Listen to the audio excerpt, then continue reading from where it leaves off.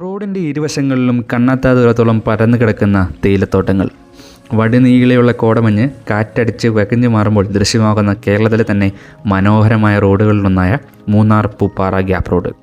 ദേവികുളവും ചിന്നക്കനാലും പെരിയ കനാലും പൂപ്പാറയും കടന്ന് ചുരമിറങ്ങി തമിഴ്നാടിൻ്റെ കിഴക്കേ അറ്റത്തെ മദിരാശി പട്ടണത്തിലേക്ക് കുതിക്കുന്ന SCTCയുടെ അൾട്രാ ഡീലക്സ് ബസ്.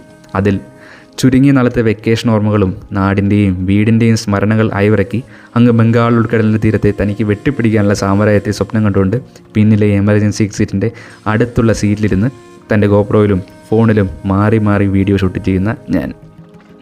ആ മുഖം കുറച്ച് കൂടിപ്പോയെന്നറിയാം. എന്നാലും നമസ്കാരം. ബസ് പ്രാന്തന്മാരുടെ മറ്റൊരു വീഡിയോയിലേക്ക് സ്വാഗതം. കോതമംഗലത്ത് നിന്ന് ഏതെങ്കിലും ഒരു പ്രൈവറ്റ് ബസ്സിൽ കയറി അടിമാലി ചെന്ന് ബീഫ് കറി കൂട്ടി നല്ലൊരു നാടൻ ഊണും കഴിച്ച് കുറച്ച് ഹൈ റേഞ്ച് വണ്ടികളുടെ പടവും എടുത്ത് പതിയെ മൂന്നാർ കയറാനായിരുന്നു എൻ്റെ ആദ്യത്തെ പ്ലാൻ. പക്ഷേ കുറുപ്പമ്പടിയിൽ എത്തിയപ്പോഴേക്കും പ്രതീക്ഷയിലും വൈകിയതുകൊണ്ട് ആദ്യമേ കണ്ട മൂന്നാർ ബസ്സിൽ ചാടി കയറി. ഉച്ചസമയം ആയതുകൊണ്ട് അത്ര തിരക്കൊന്നും ഉണ്ടായിരുന്നില്ല. അങ്ങനെ കോതമംഗലവും നേര്യമംഗലം പാലവും കടന്ന് ഒഫീഷ്യലായി ഞങ്ങൾ ഇടുക്കിയിലേക്ക് കയറി. നേര്യമംഗലം ആർച്ച് പാലം അല്ലെങ്കിൽ ഒരു വികാരമാണ്. പെരിയാറിലൂടെ നേരെ കീപ്പോട്ട് പോയി ഭൂതത്താങ്കട്ടും കടന്ന് പാണൻകുഴി കടവിൽ ചെന്ന് കയറിയ നേരെ വീട്ടിലേക്ക് പോവാം. ആഹാ, എത്ര മനോഹരമായ നടക്കാത്ത സ്വപ്നം അല്ലേ. റാണിക്കല്ല് വളവ് ഒരുപാട് മെമ്മറീസ് ഉള്ള മറ്റൊരു സ്ഥലമാണ്. ബസ്സുകളുടെ ഫോട്ടോയും വീഡിയോയും എടുക്കാൻ ഒരുപാട് തവണ ഇവിടെ വന്നിട്ടുണ്ട്. ആ ഓർമ്മകളൊക്കെ പെട്ടെന്ന് വന്നു. അങ്ങനെ നേര്യമംഗലം കാടും ദേവിയാർ പുഴയിലേക്ക് ഒഴുകിയെടുക്കുന്ന വെള്ളച്ചാട്ടങ്ങളും ക്രോസ് ചെയ്ത് ഫോറസ്റ്റ് സെക്ഷനൊക്കെ താണ്ടി ഞങ്ങൾ അടിമാലിയിലേക്ക് പ്രവേശിച്ചു. വെക്കേഷൻ കഴിയുന്ന ദിവസമായതുകൊണ്ട് എറണാകുളത്തിന് പോകാനും പിന്നെ ബാംഗ്ലൂർ സ്വിഫ്റ്റിൽ കയറാനും നിരവധി ആളുകളായിരുന്നു അടിമാലി സ്റ്റാൻഡിൽ കാത്തു നിൽക്കുന്നുണ്ടായിരുന്നത്. പിന്നെ അടിമാലിയോടും വിട പറഞ്ഞ് ആനച്ചാൽ വഴി മല കയറി മൂന്നാറിൽ പ്രവേശിച്ചു. കേരളത്തിൽ നിന്നും തമിഴ്നാട്ടിലെ പല സ്ഥലങ്ങളിൽ നിന്നും ഉഴുന്നോടകൾ കഴിച്ചിട്ടുണ്ടെങ്കിലും മൂന്നാറിലെ വടയുടെ ക്രിസ്പിനെസ്സും ഫ്ലഫിനെസ്സും ഇതുവരെ മറ്റൊരു സ്ഥലത്തൊന്നും കിട്ടിയിട്ടില്ല. സൈസാണെങ്കിൽ XXL സൈസ്. അത് പിന്നെ ഇടുക്കിയിലെ ഒരുവിധ എല്ലാ പലഹാരങ്ങളും ഇങ്ങനെ വമ്പൻ സൈസുള്ള സാധനങ്ങളാണല്ലോ. വിലയാണെങ്കിൽ നോർമൽ റേറ്റ്.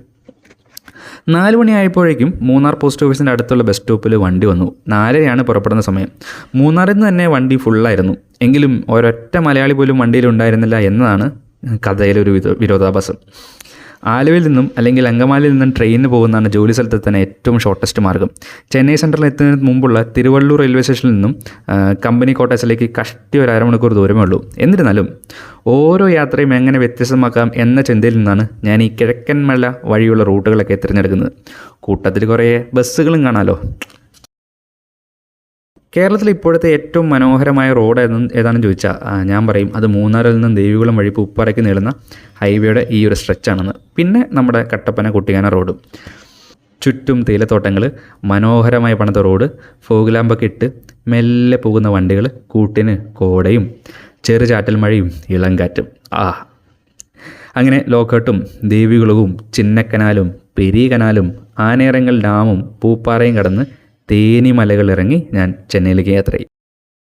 ഇനിയുള്ള വിഷ്വൽസിനൊന്നും വോയിസ് ഓവർ ഉണ്ടായിരിക്കില്ല. കാരണം കാഴ്ചകൾക്കപ്പുറം മറ്റ് വിവരണങ്ങളുടെ ഒന്നും ആവശ്യമില്ല എന്നാണ് എനിക്ക് തോന്നുന്നത്. ബാക്ക്ഗ്രൗണ്ടിൽ ഒരു ചെറിയ പാട്ടും ഇട്ട് തന്നേക്കാം. അതും കേട്ടുകൊണ്ട് നിങ്ങളൊരു ബസ്സിലിരുന്ന് യാത്ര ചെയ്യുന്ന പോലുള്ള ഫീലിൽ ഈ വീഡിയോ കാണൂ എന്ന് പറഞ്ഞുകൊണ്ട് ദിസ് ഈസ് ബസ് പ്രാന്തന്മാർ ആൻഡ് യു ആർ വാച്ചിങ് നാട്ടിലെ ബസ്സുകൾ. നമ്മുടെ നാട് എന്ത് മനോഹരമാണല്ലേ. Thank you.